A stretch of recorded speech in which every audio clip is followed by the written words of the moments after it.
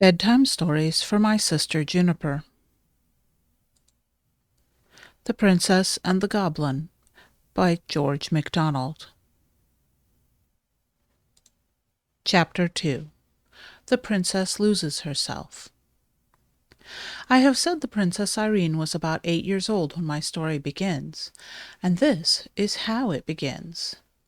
One very wet day, when the mountain was covered with mist, which was constantly gathering itself together into raindrops, and pouring down on the roofs of the great old house, whence it fell in a fringe of water from the eaves all round about it, the princess could not, of course, go out. She got very tired, so tired that even her toys could no longer amuse her.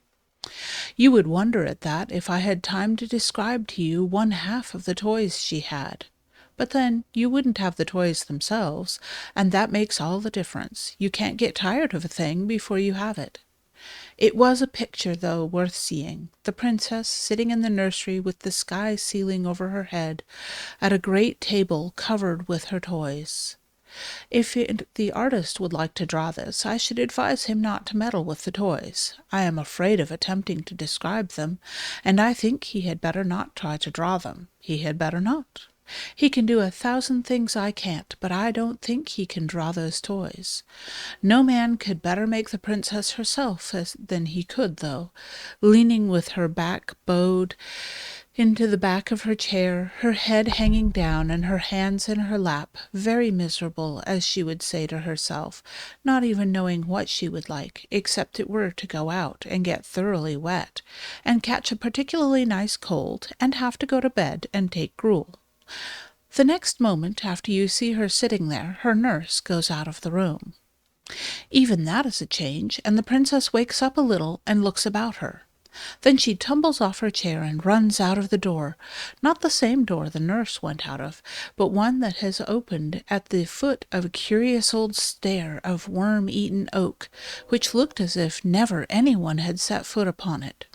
She had once before been up 6 steps, and that was sufficient reason in such a day for trying to find out what was at top of it.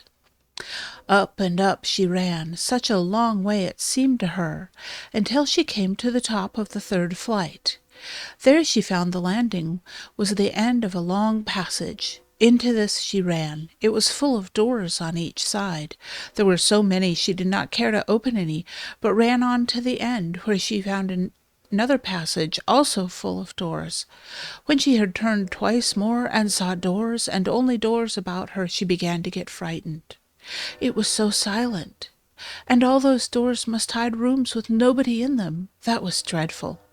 Also, the rain made a great trampling noise on the roof. She turned and started at full speed, her little footsteps echoing through the sound of the rain, back for the stairs and her safe nursery. So she thought, but she had lost herself long ago. It doesn't follow that she was lost, because she had lost herself, though. She ran for some distance, turned several times, and then began to be afraid. Very soon she was sure she had lost the way back.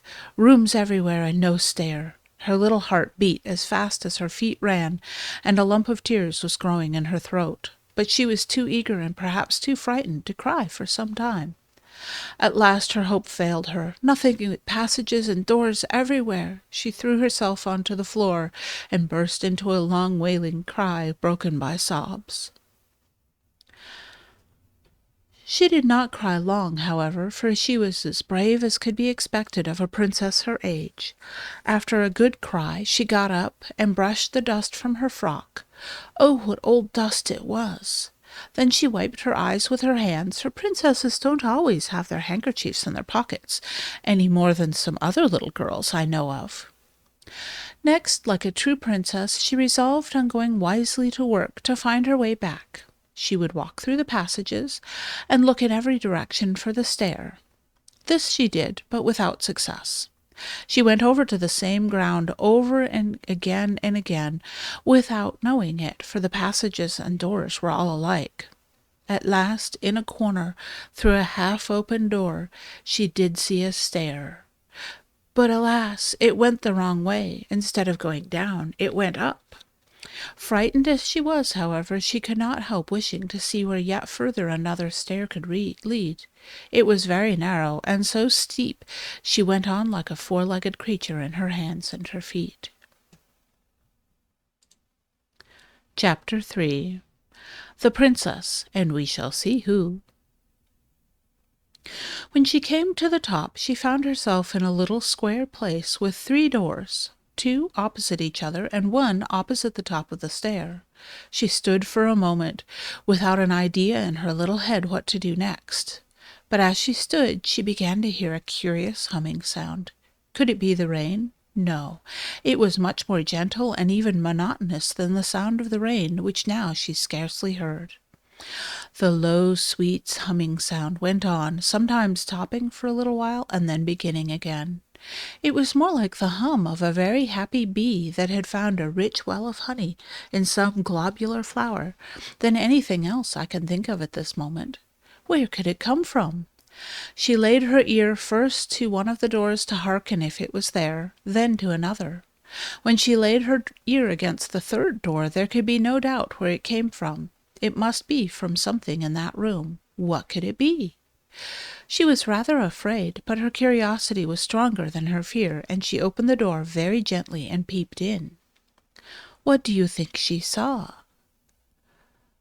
A very old lady who sat spinning. Perhaps you will wonder how the princess could tell that the lady was an old lady when I inform you that not only was she beautiful, but her skin was smooth and white. I will tell you more. Her hair was combed back from her forehead and face, and hung loose far down and all over her back. That is not much like an old lady, is it? Ah, but it was white almost as snow. And although her face was so smooth, her eyes looked so wise that you could not have helped seeing she must be old. The princess, though she could not have told you why, did think her very old indeed. Quite 50, she said to herself, but she was rather older than that, as you shall hear. Well, the princess stared bewildered, with her head just inside the door. The old lady lifted hers and said in a sweet but old and rather shaky voice, which mingled pleasantly with the continued hum of her wheel, "Come in, my dear, come in. I am glad to see you." That the princess was a real princess you might see now quite plainly, for she didn't hang on to the handle of the door and stare without moving, as I have known some do who ought to have been princes but were really only rather vulgar little girls. She did as she was told, stepped inside the door at once, and shut it gently behind her. "Come to me, my dear," said the little old lady. And again the princess did as she was told. She approached the old lady, rather slowly, I confess, but did not stop until she stood by her side and looked up in her face with her blue eyes and the 2 melted stars in them. "Why, what have you been doing with your eyes, child?" asked the old lady. "Crying," answered the princess. "Why, child?" "Because I couldn't find my way down again." "But you could find your way up." "Not at first, not for a long time." "But your face is streaked like the back of a zebra. Hadn't you a handkerchief to wrap your eyes with?" "No." "Then why didn't you come to me to wipe them for you?" "Please, I didn't know you were here. I will next time." "There's a good child," said the old lady. Then she stopped her wheel and rose, and going out of the room, returned with a little silver basin and a soft white towel, with which she washed and wiped the bright little face, and the princess thought her hands were so smooth and nice. When she carried away the basin and the towel, the little princess wondered to see how straight and tall she was, for although she was so old, she didn't stoop a bit. She was dressed in black velvet with thick, white, heavy-looking lace about it, and on the black dress her hair shone like silver. There was hardly any more furniture in the room than there might have been in that of the poorest old woman who made her bread by her spinning. There was no carpet on the floor, no table anywhere, nothing but the spinning-wheel and the chair beside it. When she came back, she sat down and without a word began her spinning once more, while Irene, who had never seen a spinning-wheel, stood by her side and looked on. When the old lady had got her thread fairly going again, she said to the princess, but without looking at her, "Do you know my name, child?" "No, I don't know it," answered the princess. "My name is Irene." "That's my name," cried the princess. "I know that. I let you have mine. I haven't got your name. You've got mine." "How can that be?" asked the princess, bewildered. "I've always had my name." "Your papa, the king, asked me if I had any objection to your having it, and of course I hadn't. I'd let you have it with pleasure." "It was very kind of you to give me your name, and such a pretty one," said the princess. "Oh, not so very kind," said the old lady. "A name is one of those things one can give away and keep, all the same. I have a good many such things. Wouldn't you like to know who I am, child?" "Yes, that I should, very much." "I'm your great-great-grandmother," said the lady. "What's that?" asked the princess. "I'm your father's mother. "Oh dear, I can't understand that," said the princess. "I dare say not. I didn't expect you would, but that's no reason why I shouldn't say it." "Oh no," answered the princess. "I will explain it all to you when you are older," the lady went on, "but you will be able to understand this much now. I came here to take care of you." "Is it long since you came? Was it yesterday, or was it today, because it was so wet I couldn't get out?" "I've been here ever since you came yourself." "What a long time," said the princess. "I don't remember it at all." "No, I suppose not." "But I never saw you before." "No, but you shall see me again." "Did you live in this room always?" "I don't sleep in it. I sleep on the opposite side of the landing. I sit here most of the day." "I shouldn't like it. My nursery is much prettier. You must be a queen, too, if you are my great-great-grandmother." "Yes, I am a queen." "Where is your crown, then?" "In my bedroom." "I should like to see it." "You shall some day. Not today." "I wonder why Nursey never told me." "Nursey doesn't know. She never saw me." "But somebody knows you are in the house?" "No, nobody." "How do you get your dinner, then?" "I keep poultry, of a sort." "Where do you keep them?" "I will show you." "And who makes the chicken broth for you?" "I never kill any of my chickens." "Then I can't understand." "What did you have for breakfast this morning?" asked the lady. "Oh, I had bread and milk and an egg. I dare say you eat their eggs." "Yes, that's it. I eat their eggs." "Is that what makes your hair so white?" "No, my dear, it's old age. I am very old." "I thought so. Are you 50? "Yes, more than that."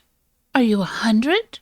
"Yes, more than that. I am too old for you to guess. Come and see my chickens." Again she stopped her spinning. She rose, took the princess by the hand, led her out of the room, and opened the door opposite the stair. The princess expected to see a lot of hens and chickens, but instead of that she saw the blue sky first, and then the roofs of the house, with a multitude of the loveliest pigeons, mostly white, but of all colors, walking around, making bows to one another, and talking a language she could not understand. She clapped her hands with delight, and up rose such a flapping of wings that she in her turn was startled. "You frightened my poultry," said the little old lady, smiling. "And they frightened me," said the princess, smiling too. "But what very nice poultry! Are the eggs nice?" "Yes, very nice." "What a small egg spoon you must have! Wouldn't it be better to keep hens and get bigger eggs?" "How should I feed them, though?" "I see," said the princess. "The pigeons feed themselves. They've got wings." "Just so. And if they couldn't fly, I couldn't eat their eggs." "But how do you get out the eggs? Where are their nests?" The lady took hold of a little loop of spring in the wall at the side of the door, and lifting a shutter, showed a great many pigeon-holes with nests, some with young ones, and some with eggs in them. The birds came out at the other side, and she took the eggs out at this side. She closed it up again quickly, lest the young ones should be frightened. "Oh, what a nice way!" cried the princess. "Will you give me an egg to eat? I'm rather hungry." I will some day, but now you must go back, or nursery will be miserable about you. I expect she's looking for you everywhere." "Except here," answered the princess. "Oh, how surprised she will be when I tell her about my great big grandmother." "Yes, that she will," said the old lady with a curious smile. "Mind you tell her all about it exactly." "That I will. Please, will you take me back to her?" "I can't go all the way, but I will take you to the top of the stair, and then you must run down quite fast into your own room." The little princess put her hand in the old lady's, who, looking this way and that, brought her to the top of the first stair, and thence to the bottom of the second, and did not leave her until she saw her halfway down the third.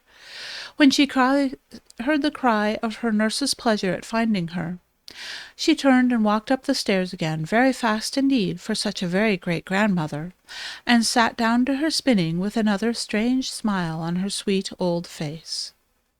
About the spinning of hers I will tell you more another time.